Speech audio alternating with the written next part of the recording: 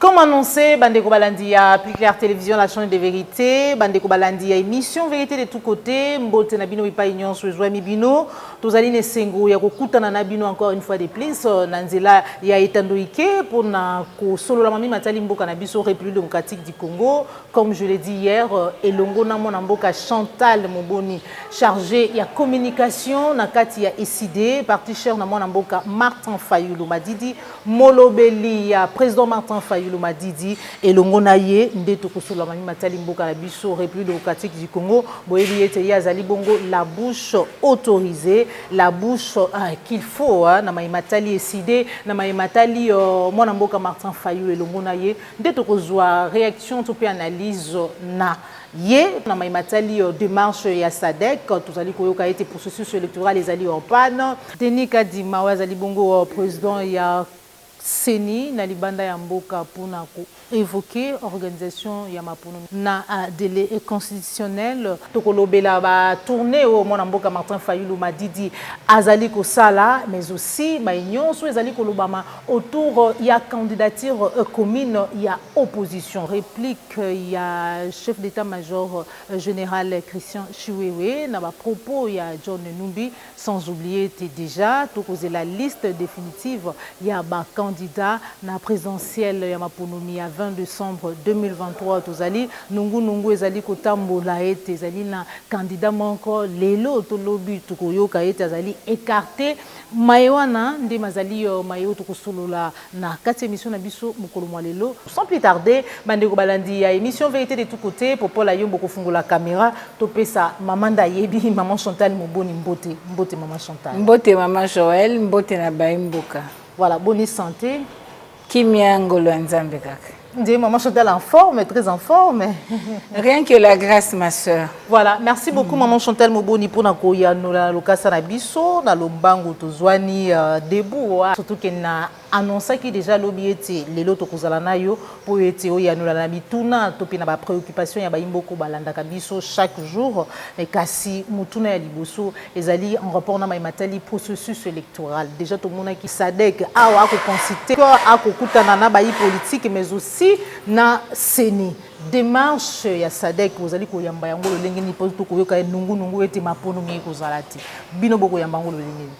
Bon, merci maman Joël. Tu es bien été maponomi ezali lolenge moko baimboka ba zwaka ndingisa ya kopona bato bango balingi bakamba bango. Na mibeko ya mboka esengete na sima ya mbula mitano esengeli baimboka bakende kopona bato basengeli kokamba bango. Yango na manaka o Seigneur apesaki biso alobi ete maponomi esengelaki ezala na le 20 décembre ya mbula oyo. Siko motuna ezali tomoni ndenge nini makambo ya SADC maponomi ekozala te nakanisi uto ebandeli déjà na 2019 mokonzi ya biso commandant du peuple alobaki ete esengelaki tosala ba réforme esengelaki tosolola sur le règle du jeu pona koyeba kobongisa maponomi oyo ya lelo oyo tozali kozela nakanisi baimboka nyonso bakopesa biso penza putulu balobi en tout cas le président élu asalaki penza makambo en tant que aigle mais bango bamonaki ebolole babengaki ezoba balobaki akoluka mosala topusani lisusu tomonaki lolenge oyo Seni etiamaki tomonaki lolenge oyo composition yango esalemaki nakanisi tolobaki yango kouta wana topusani lisusu tomonaki lolenge kani oyo bato ya Seni bakosala mosala mais etalisaki na mpasa ete bakosala yango na tina ya kopesa mpifo na bayeba kokamba elingi koloba ete bazali na solde ya pouvoir todenonsaki nyonso tolobeli processus électoral uto ndenge ebandaki uto ndenge nini tomoni baenrôlement esalami lolenge kani qualité ya bakarte eza mabe lolenge kani bamashine oyo eyaki mpona kosala enrôlement ekutanaki na mituka ya baunion sacré na nzela ya Chikapa ntango esalaki accident totatolaki lolenge kani bamineur bazalaki enrôlé totatolaki lolenge kani tozali na confiance soki moke te na likambo etali fichier électoral pamba te makambo ebombami kuna na kati esengelaki etalisama na miso ya bayebanso bayi kocompétir bato bamonaki balobi te bokobanga maponomi tolobi te tolingi maponomi ya malamu na yango wana ntango okotala lelo ete kino lelo baaffiche baliste électorale te liste ya baélecteur tomoni contentieux de liste te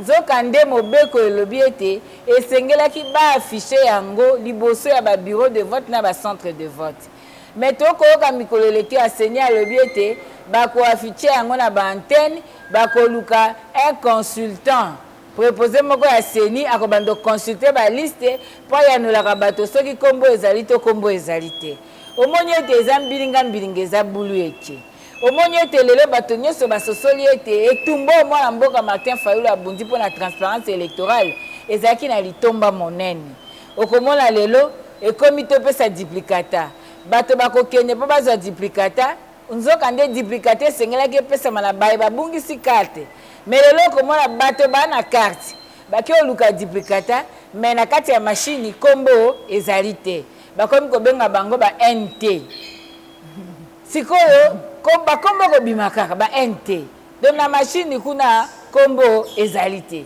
non eza introuvable sikoyo fichier wana ezali na kombo ya banani fichier wana ezali na bato koto boni totali pe kote mosusu bayi congolais oyo mibeko ya mboka epesi bango ndingisa ya kovote mais moya bavote eza te mpo basenrole te ndakisa bato ya Masisi bato ya Ruchuru bato ya mwa bisika ebele nyonso wana ezali malamu te mpo na baye balingi maponomi ya malamu mpe ya kimia soki toye lisusu toye kotala lolenge oyo makambo yango ekotambola lisolo nini seni akobeta na bayi politika bato oyo bazali na kati ya babiro ya seni eske bauti bongo na baparti politike oyo esengelaki mpo na kozala lokola lisu na bango na esika ye wana eza bongo te donc en bref mama Joël soki otali na mozindo makambo nyonso wana okomona ete tozali na riske ya kosala maponomi oyo ekoki komema likama na mboka yango wana esengelaki président Eli alobaki na biso le 4 octobre lelo akendaki kotika candidature na ye alobaki na kadima ete esengelaki cadre de concertation esengelaki kosola na bapartie prenante mpo na koéclaire makambo mosusu mpe koyeba kofixe barègle ya jeu mpo tokende na maponomi ya bien mpo na nsima ya maponomi tomema lisolo ya kotombola Congo yango wana omoni makanisi oyo biso tozalaki na yango soki otali mpe sur le plan sécuritaire na mboka eza kopose problème okende na côté este banguna baya na mabele ya mboka bande bayi mboka basenrole te bisika mosusu kpokoso moya ya kokende maponomi ekozala te okei kote oyo na partie ouest okomona grand bandundu kuna likambo okende na Équateur okende na Kisanga oke partout ekomi na baproche ya insécurité na mboka sikoyo tokosuka ndenge nini yango omoni mission ya SEDEC eyaki ya SEDEC eyaki na kotanga manaka na bango bayaki mpo na kotala ndenge nini baévalue processus électoral batala penza te batala penza na contexte oyo toza lelo na lolenge processus électoral ezomema na baréalité oyo tozala ngo lelo estce ekozala bongo malamu maponomi esalema mpo epesa kimia donc est-ce que RDC ezali prête na phrase oyo ya bango moko ezali prête mpo na koorganize baélection na le 20 décembre mpo soki tokei mpe na baconsidération ebele ezala technique ezala financière ezala ebele mwa makambo ezali ata bato balingi koloba te mpo bakoluka epai wapi bere kokwea bazokoka koloba te soki olandi ndeko kadima na TV5 na kanisi olandaki ye okomona mpenza ete moto akomi pe na suka me asa nini esengeli kaka aloba. Revenons ensemble sur les critiques qui visent l'instance chargée des élections RDC avec Denis Kadima, le président de la Commission électorale nationale indépendante. Bonsoir et merci d'être avec nous. Bonsoir, monsieur Dessau. Beaucoup d'observateurs doutent quant à la tenue d'élections en décembre prochain en RDC. Question simple, y aura-t-il des élections RDC en décembre prochain? Oui, tout est mis en œuvre pour qu'il y ait élection et nous n'avons aucune raison de penser que tel ne sera pas le cas. Parce que la commission est en place, elle travaille et elle a un calendrier qu'elle respecte assez rigoureusement. Donc il n'y a pas à se faire des soucis. Pourtant, le scénario d'un glissement du calendrier est régulièrement évoqué par l'opposition, notamment par le programme des Nations Unies pour le développement. Même le président Félix Tshisekedi l'a évoqué l'été dernier. Dans ces conditions, êtes-vous sûr, pouvez-vous garantir ce soir qu'il y aura bel et bien des élections en décembre prochain en RDC? Quand les gens évoquent un report, c'est simplement parce que c'est un des scénarios possibles dans tout projet. Dans le projet électoral, vous pouvez envisager un report. Mais moi, je peux vous dire que nous sommes en voie vers la tenue des élections telle que prévue dans le calendrier. Dans la presse, vous dites que le glissement du calendrier électoral n'est pas une option, mais est-ce que les financements nécessaires pour organiser ces élections vous ont été fournis? Oui, d'abord, il faut dire que c'est le gouvernement qui nous finance à 100% et depuis tout ce que nous faisons, c'est financé par le gouvernement et ça avance. Combien avez-vous reçu jusqu'ici? Bon, je ne peux pas vous donner le chiffre, mais je peux vous dire que le budget lui-même est de 1,1 milliard de dollars. Et que nous recevons l'argent, c'est pour ça que nous avons pu faire l'inscription et que nous sommes dans... Est-ce que vous avez reçu les fonds nécessaires? Ah oui, bien sûr. C'est beaucoup d'argent que nous avons reçu jusque-là, mais on n'a pas encore tout.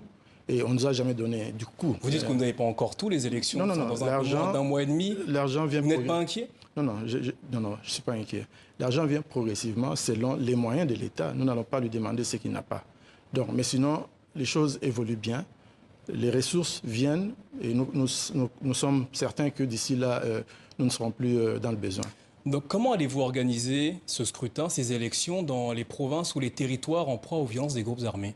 Oui, là, nous sommes en discussion avec le ministère de l'Intérieur, le gouverneur de la province du Nord Kivu. Et nous avons même envoyé, ce jour même, nous avons envoyé une équipe pour faire une évaluation. Nous comptons déployer justement une équipe pour enrôler les Congolais le moment venu, dès que nous sommes sûrs que la paix est revenue. Alors j'insiste, les élections sont au mois de décembre, dans un peu moins d'un mois. Est-ce que ce n'est pas un peu trop court pour enrôler les Congolais dans ces parties du pays? Bon, écoutez, il y a plusieurs scénarios qui peuvent intervenir. Soit nous avançons et ils nous rejoignent plus tard, sinon on les attend, mais on verra. Quand vous dites vous les attendez, c'est-à-dire? Les attendre, ça signifie on organise les scrutins, mais en tenant compte du délai. Donc des Congolais auront possiblement la possibilité de voter après la date des élections? C'est une possibilité, mais là, ça ne sera pas pour la présidentielle. Et quel sera le poids de leur vote dans ce cas-là? Bon, leur poids, nous avons 44 millions d'électeurs. De ce côté-là, il y a à peu près 1,5 million, à peu près. Que prévoit la CENI pour la sécurité des candidats? Je rappelle que nous sommes dans un pays où Chérubin Okende, un opposant, a été assassiné et notamment Délice Sanga a été attaqué ces derniers jours. Oui, là, ce n'est pas vraiment du ressort de la CENI, c'est le ministère de l'Intérieur qui s'occupe de la sécurisation. Mais nous, évidemment, nous ne pouvons que leur donner des conseils. Mais la CENI... Non, c'est justement attirer l'attention des autorités sur des cas d'insécurité potentiels. Plusieurs figures de l'opposition comme Martin Fayoulou, Moïse Katumbi dénoncent, je cite, un fichier électoral fantaisiste. Pourquoi ne pas avoir fait un audit indépendant comme le demandait par exemple l'opposant Martin Fayoulou? Nous l'avions voulu, nous avions invité la francophonie, elle est venue, mais cela n'a pas été possible, elle s'est retirée parce qu'on ne voulait pas d'elle. Mais il fallait parer au plus pressé, nous avons utilisé notre méthode, nous avons recruté des gens après appel à candidature, et cela a été fait. L'opposant Martin Fayoulou dit qu'il y a à peu près 10 millions d'électeurs fictifs dans le fichier électoral. C'est des chiffres qu'il devra démontrer. Ça, c'est des chiffres qu'il a lancés comme ça, mais nous n'avons aucune idée d'où il tire ces chiffres-là. Donc selon vous, le fichier électoral est sûr? Il est bon. Il est fiable. Traditionnellement, les listes électorales étaient affichées dans les lieux publics. Désormais, il faudra consulter un agent dédié à la CENI pour les consulter. Non. Pour quelle raison avez-vous changé cette règle? Il y a un malentendu là. Voilà ce qu'il y a. La loi prévoit que nous affichions, mais l'espace physique n'est pas suffisant. Je vous donne une idée, c'est comme une maison taille ordinaire. Il faut afficher 1 500 000 électeurs. Ce n'est pas possible. C'est pour ça que nous avons une disposition supplémentaire qui consiste à donner l'occasion aux gens de voir un préposé à la consultation de la liste. Et cela a été interprété comme si nous ne voulions pas afficher. C'est simplement la réalité. Nous avons des grands territoires avec beaucoup d'électeurs. Nous n'avons pas assez d'espace physique pour tout afficher. Dans nos reportages qu'on a réalisés grâce à nos équipes sur place, on a pu constater que la qualité des cartes d'électeurs laissait à désirer. Dans ces conditions, comment allez-vous empêcher les possibles fraudes? Oui, ça c'est un problème réel et nous y travaillons. Il y a eu une série de cartes qui posent problème et nous avons déployé les équipes.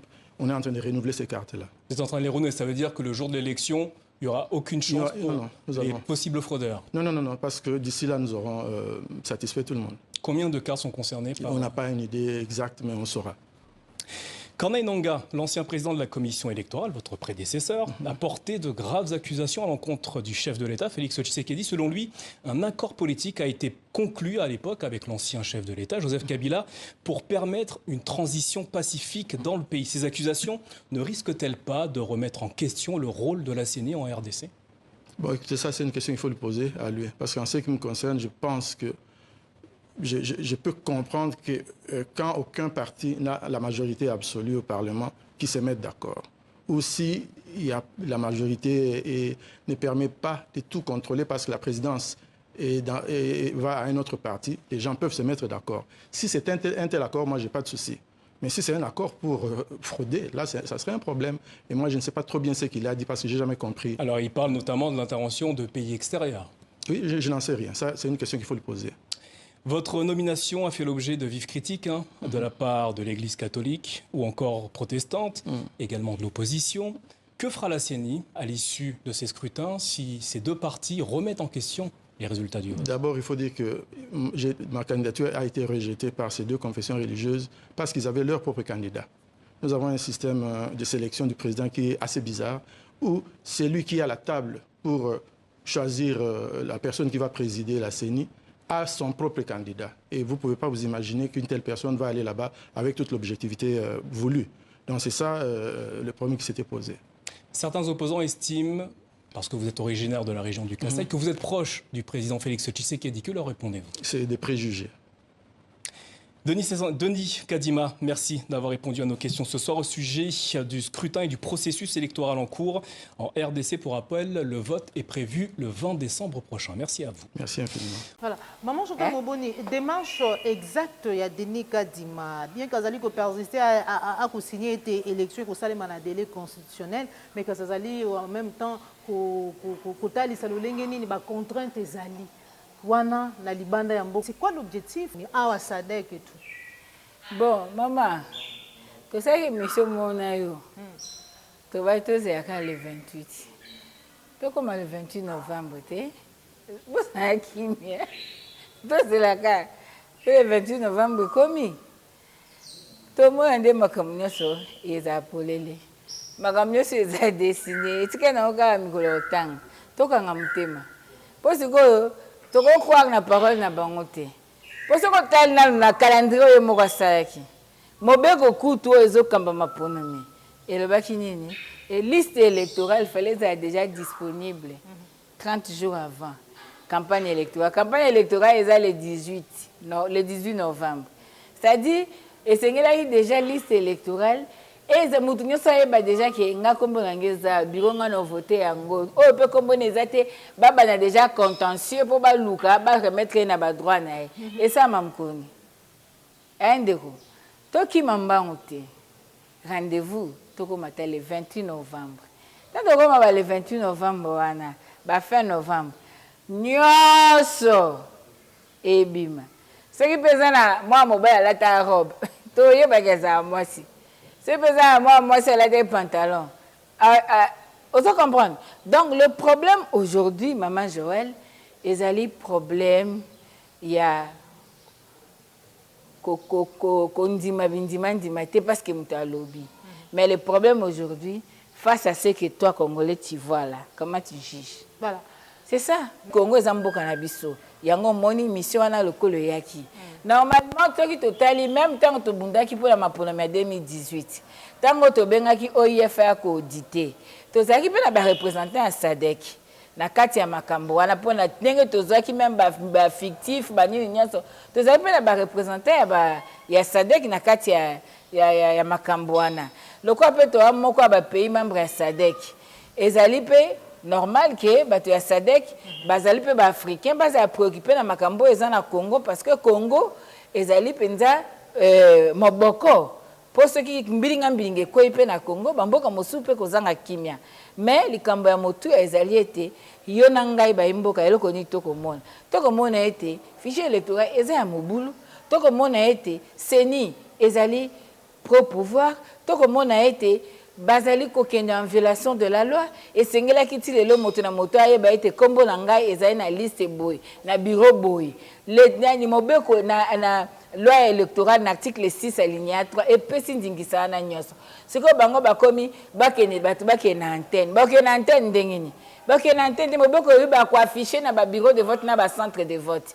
antenne ya seni balani bayebi yango nyoso bato ba na temps kokoma kuna likama kokezo duplicateur problème kozo carte d'électeur problème ndeko kende ba ndotu na mutu kombo na ngezali moto ayebi otanga te osani bakotala kaka mama kombo ezali akei mama kombo ezali akei te comment yo koza juger parti ba afficher yango moto na moto ya kotala ba parti politique kotala ba regroupement politique kotala société civile kotala poto yeba transparence électorale po yango ndi eza moboko ezali gage ko pesa biso confiance moko na basusu pe oyo kosala ete kimia ezala na sima ya bopesi résultat ya mapo oyo mapona oyo mboke kosala tala tina o bango bayelaki bayambi basoli na bayimboka basolaki pe na Nkumu Martin Fayulu na kanisi basali na bango bakoki kosala mais eloko ya mutu ya ezali ete biso moko ba congolais tolobi nini mpona lobi ya mboka na biso biso moko ba congolais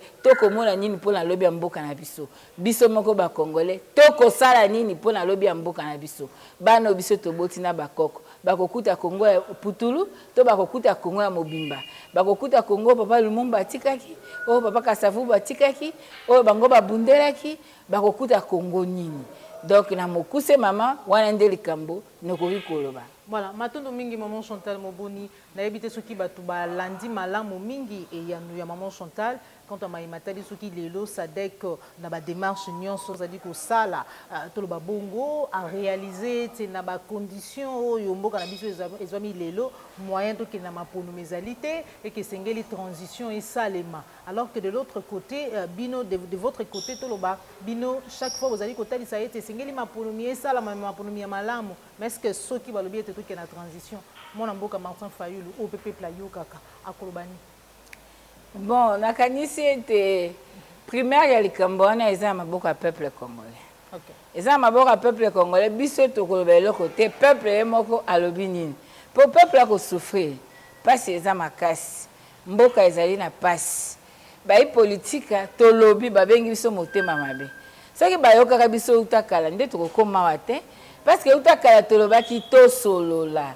Eloko nini ezangaki ndeko kadi maloba te bino bato ya eside bozawa eside oyebi bino te Martin Fayulu tindelanga kasi moto oyo oyebi eloko nini ezangaki alobela pe bato bako réclamer na mopanzi mususu eloko nini ezangaki eloko nini ekosala ke ye atikala kaka na moto makasi na ye wana nde eza likambo komituna kasi biso tokanisi lelo mama Joël esengeli kotia micro kotuna peuple yo lobi nini po peuple alobi pasi eleki alingi asilana na régime siko peuple alobi nini jusque là ngai nayoki nanu te option moko officielle oyo epesami to soki ndenge nini mpo ngai nayeba kolobela yango mais biso tolingi maponomi ya malamu oyo bakotosa choix ya peuple congolais tolingi maponomi oyo seni ya malamu esengeli ekamba po ete bayimboka Congo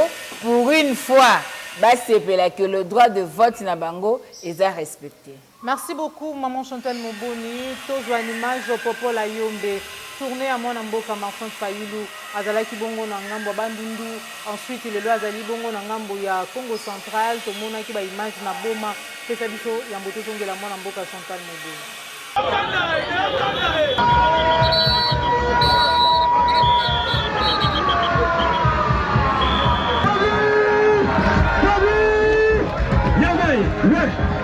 Le président élu change RDC, change Congo, voici province, Eble, Asomata, Amata, Eble Kitamanu,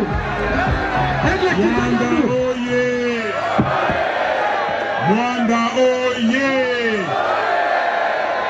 est-ce que bozalité, est-ce que boye bakanisa kike bako empêcher biso ba empêcher bino to solola et ça boyete bakosi bamikosi mais botuna administrateur ya territoire mpona nini lobi ake kobwaka mabanga na terrain boya koyoka boya nye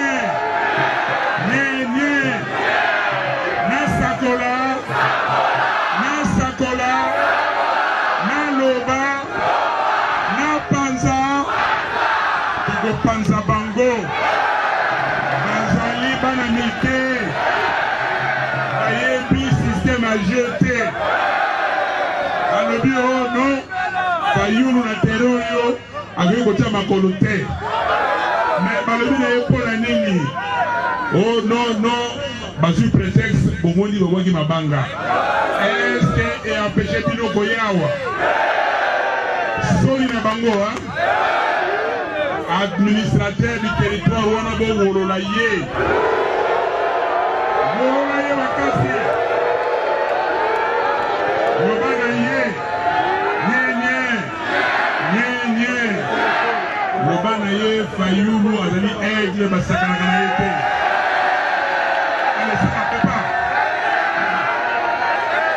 fayulu azali mwana ya nzambe azali aigle makambo oyo kosala na se wana aza komona yo eza na ntina moko te eza boye te antuka bandeko na ngai nasepeli mingi nungunungu ebandaki na yoki toza na kisasa oyo balingi oya te oyo bakosala boye mais merci papa biso tobangaka eloko moko te bobangi na biso ezali kaka nde nzambe eza boye te ya mibale tobangaka nani ya mibale kobanga na biso ezali yo bino peuple soki peuple elobi tondimi eza boye te tolobaki na bango ke lamuka ezali esprit ya peuple tolobaki ke lamuka eza esprit ya peuple emonani te bandeko na ngai buzoba nyenye awa totika na moke makelele mpo baninga mosusu bayoka baninga na ngai bandeko na ngai mboka oyo Congo ezali mboka ya biso banso nzambe apesi yango na bakoko ya bakoko na biso batikeli bakoko batata bamama na biso sikoyo tozali ifo tosala makasi totikela yango na baoyo bakoya nsima eza boye te me bato oyo baye awa bayebi pouvoir na bino me olie bavanda nye balingi susu kotia mbilinga babebisa ezaleli ya bato fayulu akende boyo non okende te asala boyo te ekokoso ese baokoka botuna bango peuple azali peuple alingi ete moto oyo na bato misusu ya kopona baza na pouvoir mpo basala nini babongisa mboka mpo ye peuple asepela peuple amona bolamu na ye me bango bayebi pouvoir oyo ya bino basali nango nini baproblème na bino oyo ya mwanda baresoudre yango bon tobanda moko tobanda na problème moko problème ya mwanda ezali nini voilà est-ce que bapesi bino courant inga eza mosika te na bino est-ce que bapesi bino courant awa na mwanda ya mibale ezali nini mai ya komela mai po ezali kopesa yo bomoi mai eau potable ndenge ndeko alobi eske boza na mai ya malamu me eloko nini ezangi bango na mbongo ya leta mpo batia mai ya malamu mai ya misato nini anani nzela ezali te me mbongo oyo bazali kozwa na bataxe mbongo oyo mboka na biso eza kokotisa eza kokende wapi namabenga na bango. Nabenga bango. Yamine nini? Zala. Ana mwanda wa bibino nzala. Ayibi mbongo ya bino. Papa munu tango election fwandaka mufwala na injwa kubuta. Samu muko na bwana bavua tango mumo onaka ngedi ka muko na bwana bavua. Me mwembo bamusaba mambu itelefe. Na bongo ebetana manima nge papa. Bongo saba mambu papa mambu yafana bonga. Samu mwanda ya bonga. Ninja bete ya bonga papa. Merci. Na ye ama mwanda na bike vie ezalaki moins cher. Sikoyo na soyoka faire avec ce commune 1000 francs congolais. Comment nini peuple congolais azonyoka batoza bapayate na kati ya mboka oyo. Toza bapayate toyiba eloko te tosalaka lisumu moko te tozonyoka mapona nini yo mpe tata Martin Fayulu osala bango nini motuna yango wana. Voilà, bandeko balandi ya Plus Clair Télévision tolandi biso nyonso mwana mboka Martin Fayulu, maman Chantal Moboni tomoni image mais ali pe au même moment na ba image ici teli kotambola ba bilete mwana mboka Martin Fayulu azali lelo incapable ya ko mobiliser, ya ko sensibiliser, to pe ya ko réunir au peuple congolais ndenge azalaki na yango lobi. Est-ce que ndenge tozali kokenda maponomi? Est-ce que vous allez sûr et azali mutu oyo akolonga? Bon, mama diski wana toyoka ngo kala. Nzembo wana toyoka ngo kala. Elongwa na ngo pe na rayon.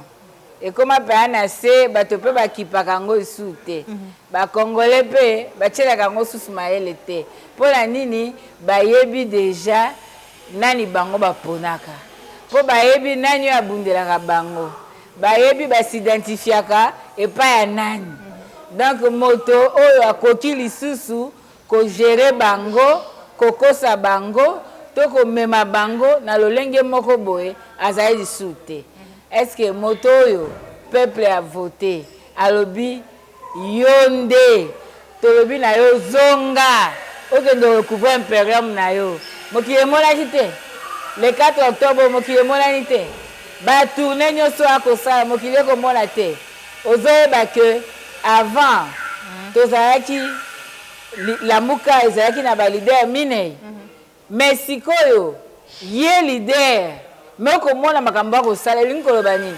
Le problème aujourd'hui toza sous na ta ko discuter sur ba nombre te parce que moto peuple a yebi moto peuple a poni moto peuple a ko tambola na ye moto peuple a lobi iyo apesa mbongo te apesa polo te to ko voter nanko comme on est Martin Fayulu. Oyebi que tout ça campagne à Martin Fayulu pour les alaté. Banderole à malonga te, logo ezalate. Mais peuple a voté à ye. Hein? Donc c'est-à-dire quoi? Lelo oyo bato esengeli ba comprendre. Peuple a comprendre que na bato nyoso balobaka bazana ye. Atikalaka na moko o atikalaki na bitumba pour son intérêt. Ba ebele o balobaka ke toza boye bakendaka na bango. Baguta, balia, bamusupe, bafanda libela. Donc, moto yo, peuple a yebi ke, soki ye, atika ki komba, nde lelo opposition na Congo e koufa. Comme on est Martin Fayulu. Peuple a yebi ke, moto azaka na constance na lutte na ye. Ye wana Martin Fayulu. Est-ce que toko kakola mama? Est-ce que nga pa na koya boto bonyo sa débat popularité à moto, peuple a se a vota, peuple a lakisa mokili mobimbabi, c'est mon chouchou d'amour. Moi, exactement. Voilà. Les solos, il y a un candidature commune, il y a opposition. Maman Chantal Moboni, Zali Kolobama. L'autre fois, on avait abordé la question, mais en tout cas, on a Zali Kozonga, ni box, on a un téléphone, na biso. Babi candidat tire. En fait, il y a moi, Namboka Martin Fayulu, et il y a pour na kopanza opposition. Pambate, Zali Komona, on a dire, moi, Namboka Martin Fayulu, Pambate, Akobo, il y a même Kofanda, na baninga, pour être bas solo là, pour être bas bilisa candidat, comme ceux qui vous allez coutouiller, problème, mais les ala. Mais le fait kaka ya koboya aye kopanza opposition. Bon, on a évité parce que l'opposition a un nom. Et ce nom, c'est Martin Fayulu Madidi.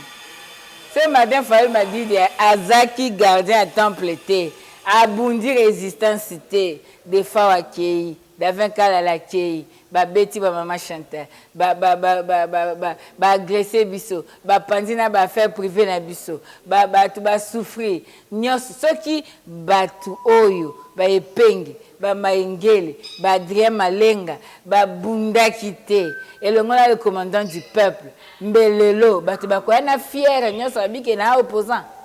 Bazate. Donc les gens ont la crainte ya peuple.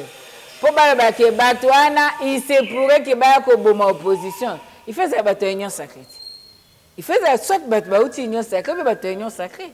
Mais ce n'est pas assez d'une fils oya fandi a bafingie, batiolier, bafingie na habité na ko mesure ma finga na niveau nyos. O bango bafingie. Mais atiki peuple te, atiki opposition te, atelemika awana. C'est comme moto ndengo na kwa kopanza opposition ndeni ndako ya zotonga au panza ngondengeni wana ezali makamba lokuta koloba ete alobi na baninga na boy non omoni moto abandaka abosa na kakiye muto abandaka likambo moto ayaka na réaction nde balinga ko tombola ye le président Fayoulou a répondre yango à une provocation comment tokola ba ke toi famille moko bino bosa ba réunion pour contre ngai bosa barane bo discréditer ngai bozo futa ba journaliste na makambi ya lokuta po ba ko discréditer ngai ndeni tolo bato libota moko s'il vous plaît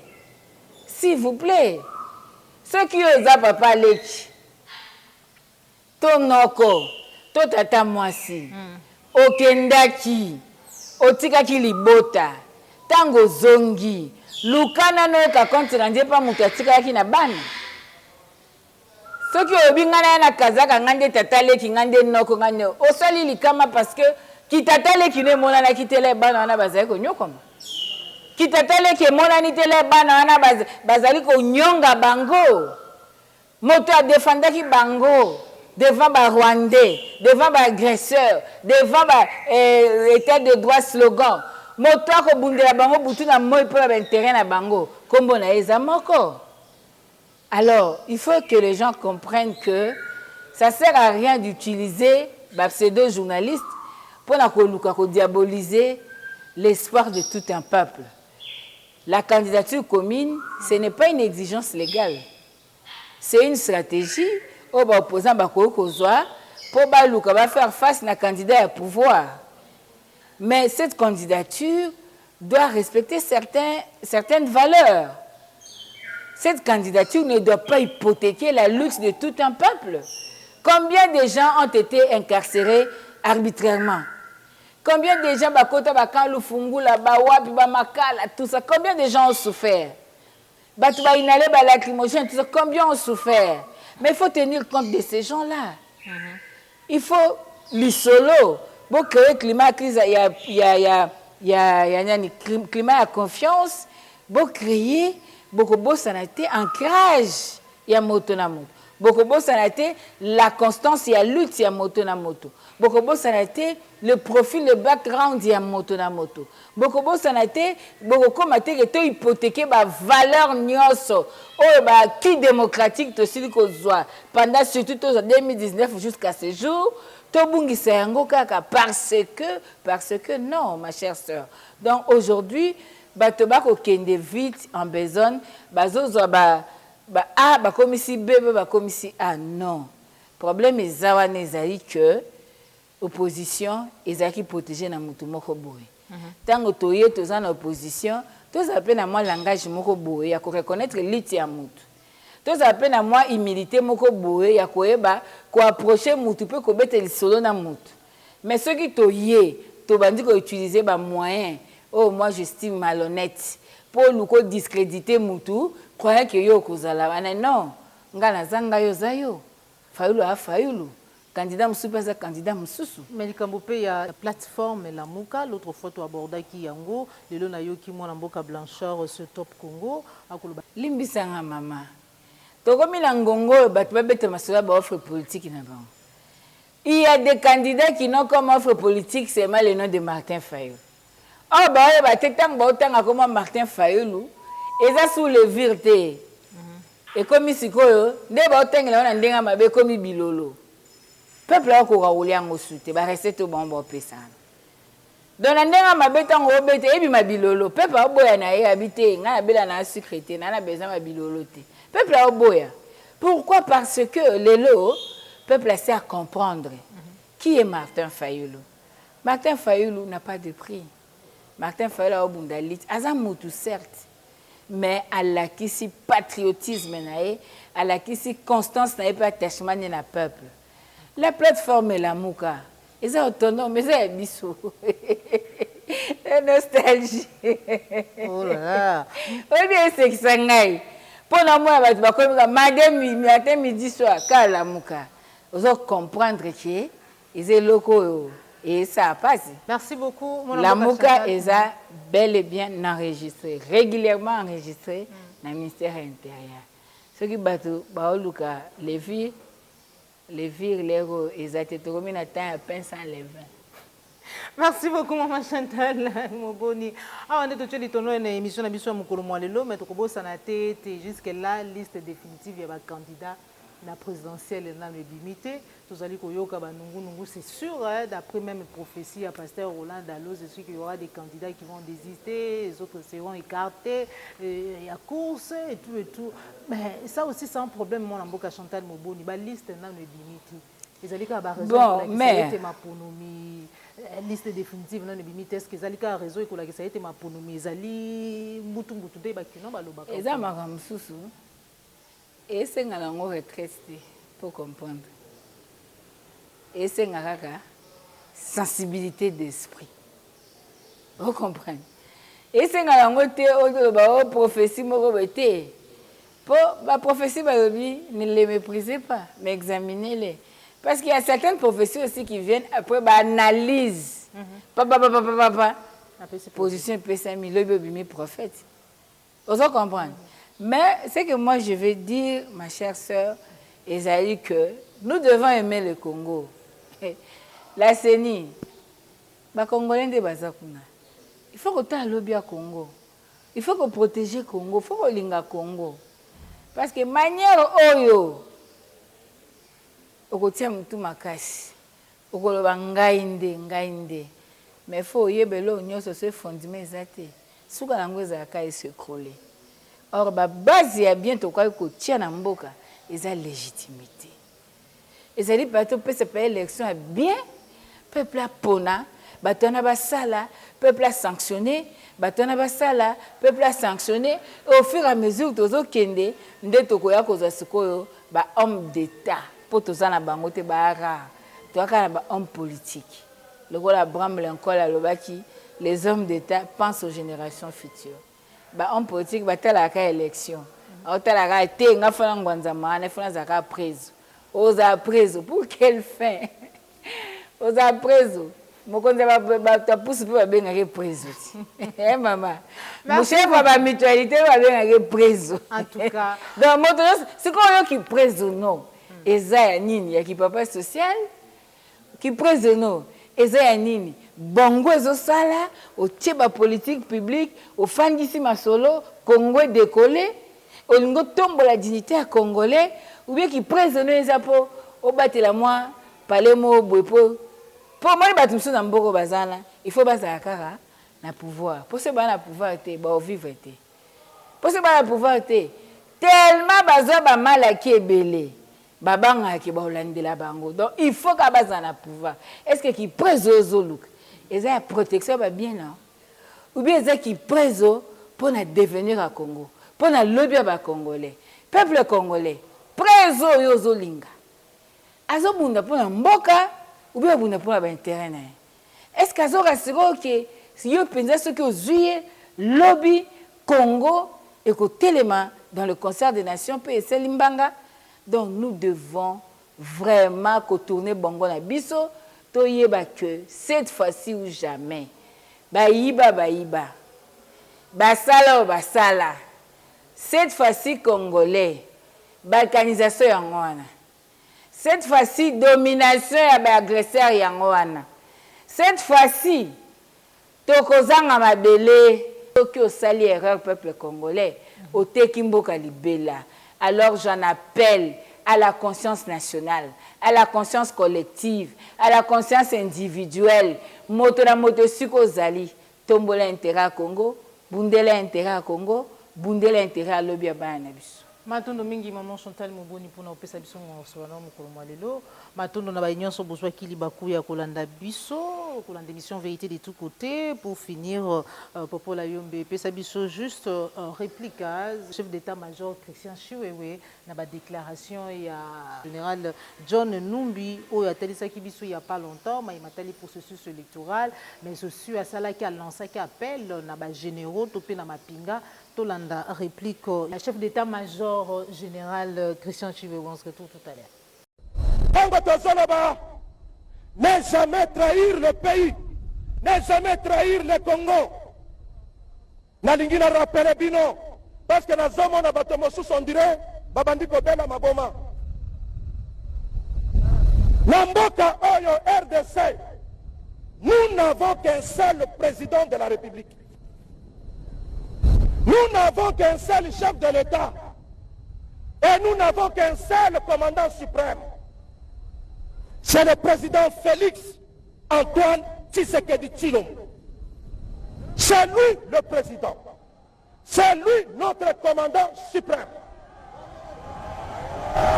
Dans un commandant mon sous-souté.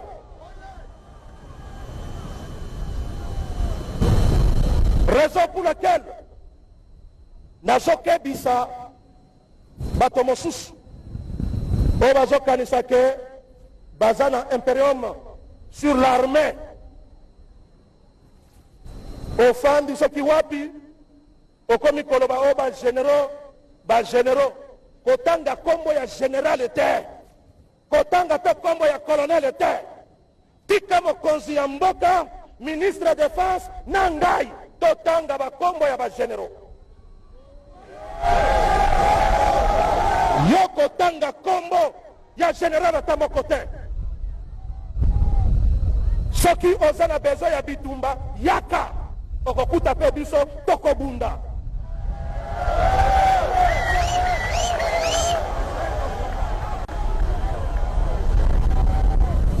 Askari, est-ce que toza prêt ya bitumba?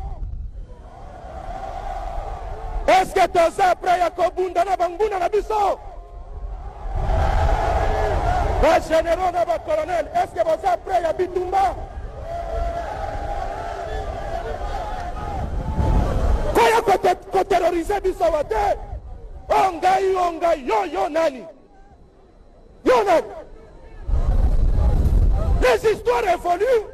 Yo zozonga kama kambo ya kana. Même ata nzoto ango kasele mbaka.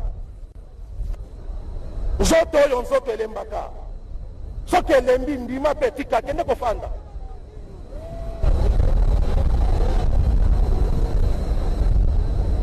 Bosalaki na biso awa bosalaki nini?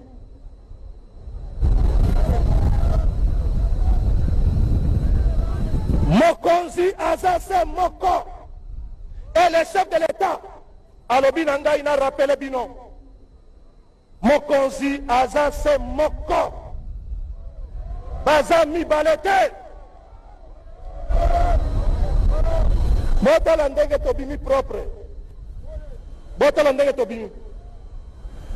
Lelo komi kotango na balabala bakomi ko respecte yo.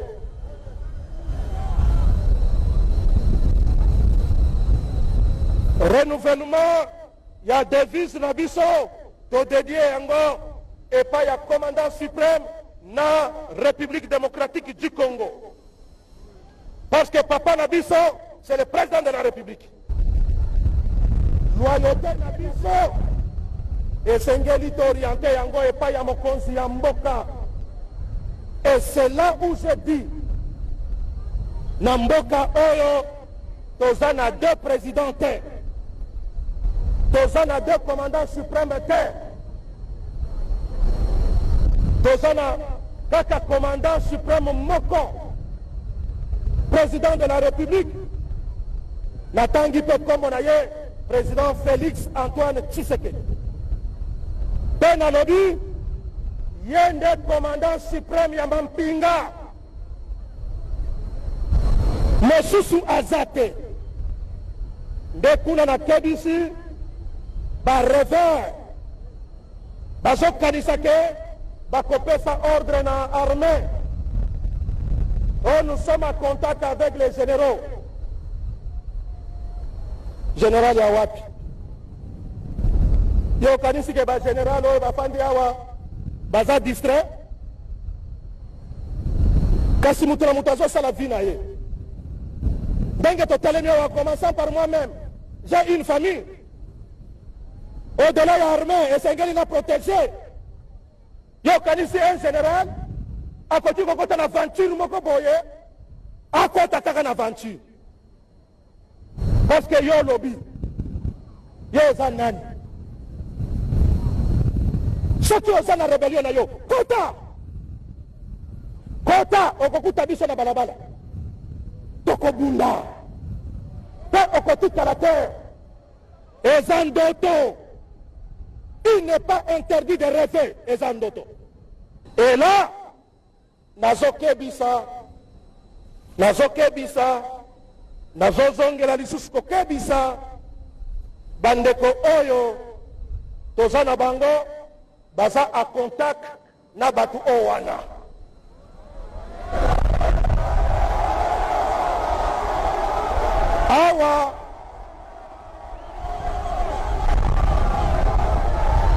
Awa nazokebisa basoda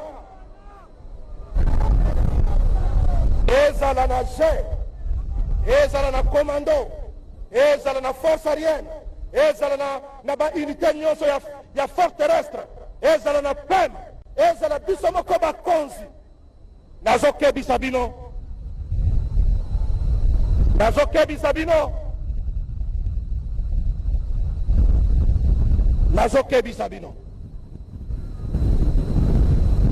bozwa biso batu mabe me nazokebisa bino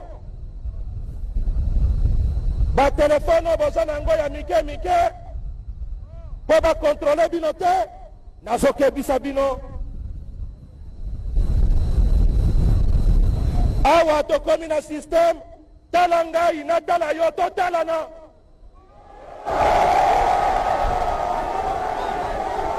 Tokomi na lero tolingi misala. Tolingi suma lo bebele te to na besoin to vivre transformation à Congo, to vivre changement à Congo, to vivre épanouissement à Congo. Donc toza sous na tente ya maloba te. Nous voulons les changements réels et les changements aujourd'hui s'appellent Martin Fayulu. Merci beaucoup maman Chantal Mobo, numéro de téléphone, un peu message na banyo so balandi. Bon, na lingara suko pesa numéro de téléphone te maman omoni. Vraiment bolimbisa ngai bandeko na komi très hésitante. Il y a un numéro de téléphone, tout ça, mais bon. Message. Bah oui, besoin de biso ba role kandia na bino. Message na biso kaka. Batu bazuli ba ko landa biso to céder na lokuta te na ba mensonge ba kadio shawana te to linga Congo to talela ba leader o baza ko bunda pour la peuple na mikolo ko ya tout va se dessiner. Et puis que lokuta ya kana sincère, mais vérité azoya malembe na escalier. Tito komaka ba le 28 novembre.